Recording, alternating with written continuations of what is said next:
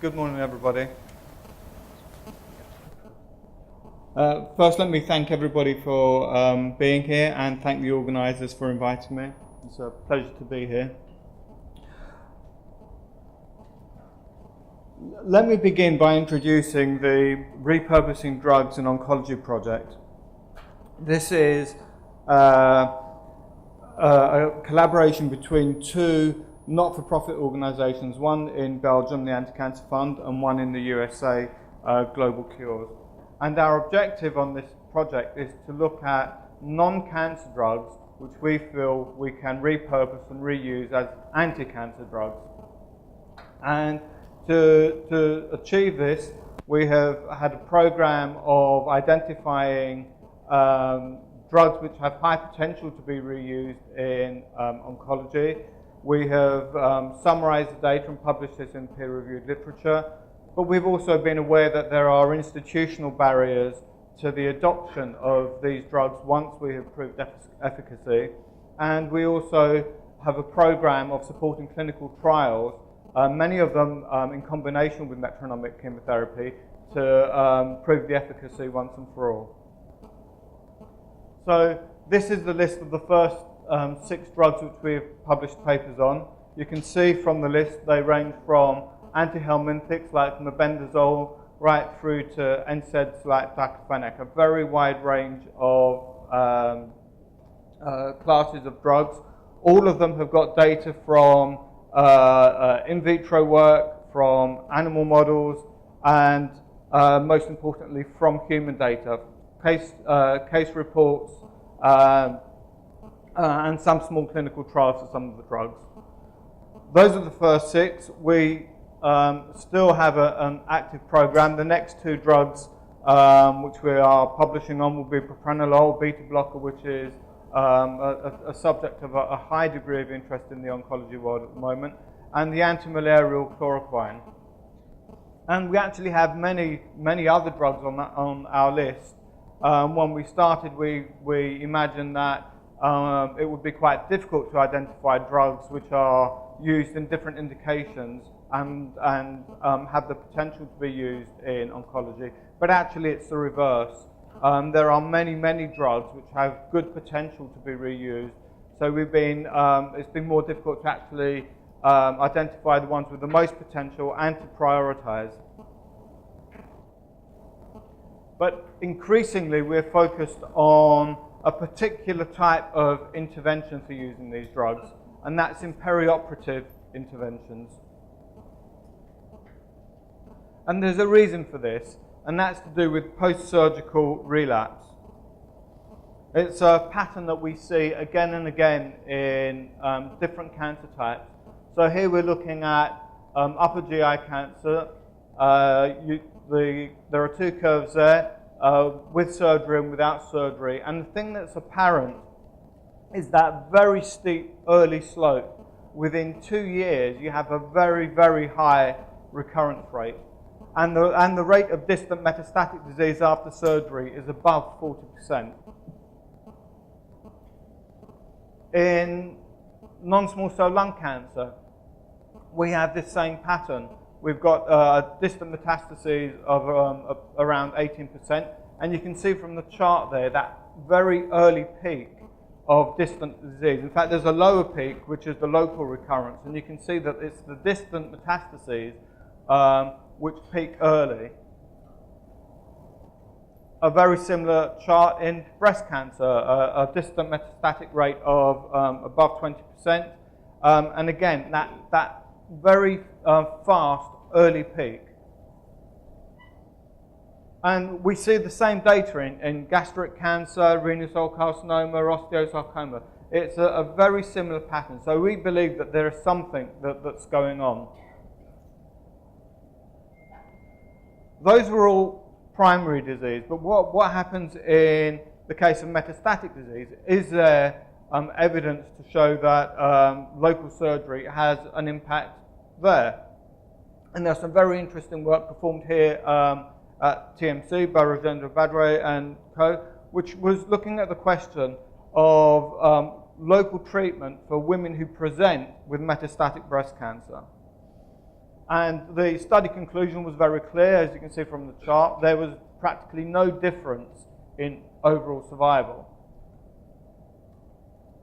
However, if we look in detail, the women who had the local treatment, you can see the divergence there of distant progression-free survival. So the local treatment did have an effect, even for women who already had metastatic disease. So why does this common pattern occur? We believe that there are many different factors involved in this pattern to do with the surgery itself. Surgery is associated with many different mechanisms of action related to this, from the psychological distress of the patients right through to the type of analgesics that are used. It leads to immune suppression and so on. And as we can see from this chart, that the timing of this is crucial. It's in this period around surgery itself that you see this peak. So although there are increased levels of catecholamines, there's evidence of immune suppression before surgery. It's the surgical incision itself that triggers this wound response that makes the immune suppression really kick in, the release of angiogenic factors. All of these are associated. So our conclusion is that based on this window of opportunity, there is something we can do with some of these drugs that we have identified in our project. They have systemic action. Many of them are immunomodulatory, they're anti-inflammatory, they're anti-angiogenic, and they target relevant pathways that are active during this post-surgical time period. So I'm going to look at some specific examples, and the first one is ketorolac, which is an NSAID used for post-operative pain.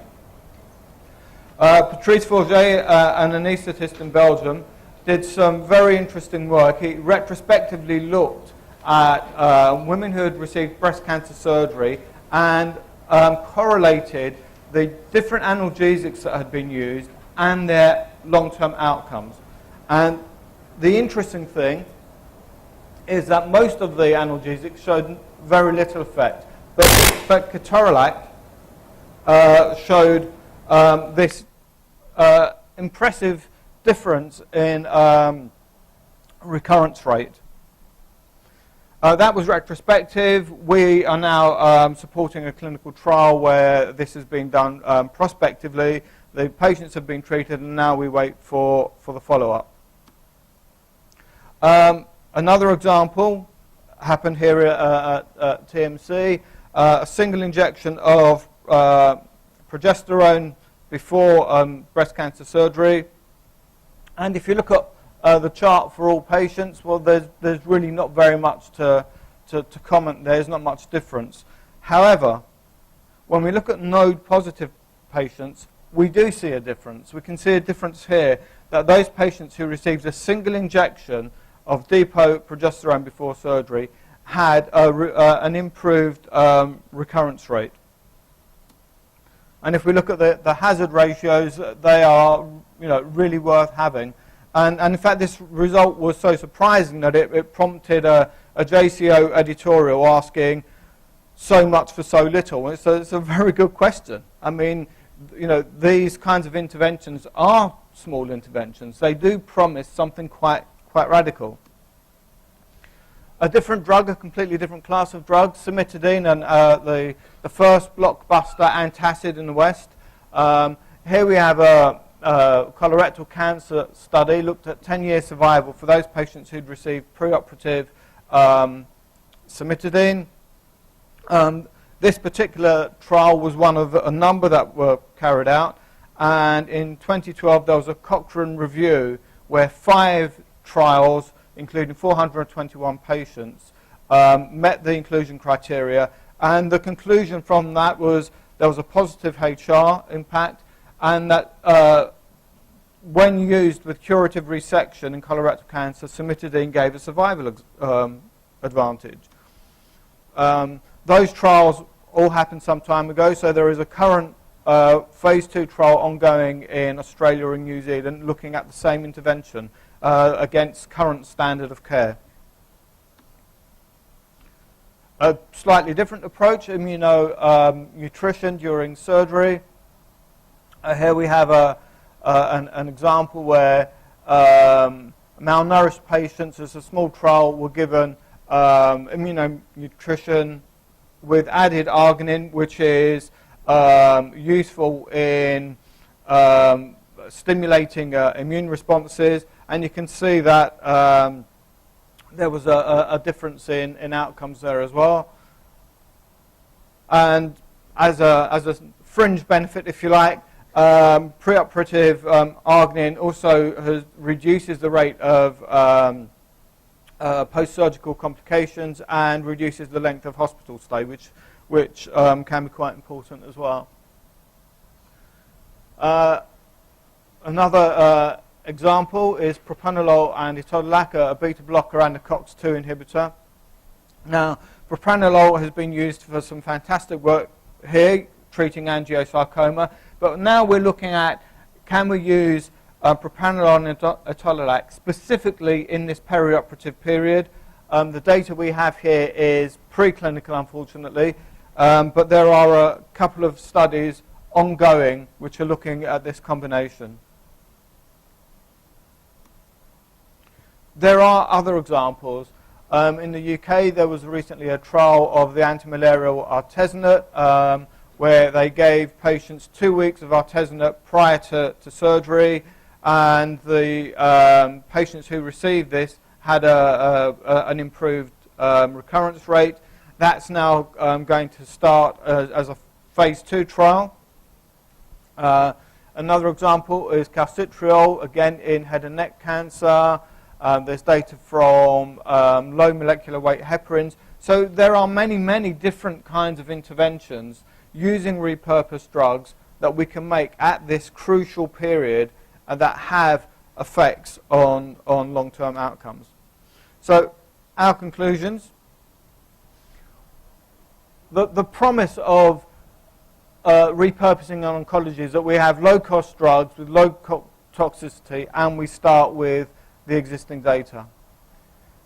When we look at perioperative interventions, we have those same advantages, but we have an additional advantage. We have a low duration of treatment, and that's important because if we can reduce the metastatic rate of metastatic disease, that will equate to lives saved, because we all know that it's the metastatic and recurrent disease that kills the patients. So we believe using these low-cost, low-toxicity drugs at this time has huge potential.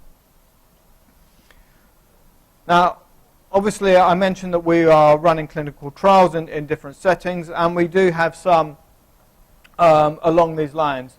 I'm working on a trial on canine osteosarcoma in the UK, looking again at preoperative ketorolac, a single injection. The reason we're looking at a canine model is it's the best model of osteosarcoma, and there's a precedent that says if you have very good results in canines, you can go straight to phase 3 in humans. We've also put a multi-country bid in, on Horizon 2020 bid in the European Union, looking at aspirin or metformin in locally advanced rectal cancer. We're also investigating a number of other possibilities. A double-blind randomized trial of propranolol and etodolac in pancreatic cancer is one. We are interested in looking at the combination of ketorolac and cimetidine in gastric and esophageal cancers, and we've even had some early discussions here in Mumbai to see if there's something we can do in the head and neck area. And we're also, as part of this, we're expanding the list of possible agents that we think could be beneficial in the perioperative period. And I've gone very fast, so I do have some time to look in more detail at the osteosarcoma situation. Now, this is a disease where the metastatic rate is extremely high. I mean, if we compare the 6% local recurrence rate to the 47% rate of distant metastases, normally pulmonary metastases, then that's a really huge target. It's a really huge target for us to aim at. And if you look at that early slope of recurrence, you can see that that's a very tight window where it, 2 years before it levels out. And crucially, there's been no significant improvement in 30 years in osteosarcoma. You know, there are very few advances that we can point to. The last big trial in osteosarcoma, Uramos-1, ended with you know, no new treatments. We've turned to, as I said, we've turned to a canine model, not because we're especially interested in canines, but the clinicians that we've spoken to all said, this is all fine talking about breast cancer data, but you don't have an animal model of osteosarcoma. So rather than go to a mouse model, which is one possibility, it's better to go for a canine model which has very similar characteristics to the human disease. And our intervention, our study design is very, very simple. It will be a randomized controlled trial where the dogs who are randomized to treatment will receive a single injection of ketorolac. We are looking for biomarkers of response, but really what we are after is that improved overall survival rate. If we can reduce that metastatic rate, then that's a huge win for osteosarcoma. Thank you. I'd just like to acknowledge my colleagues who have been part of this project, and I look forward to your questions afterwards. Thank you.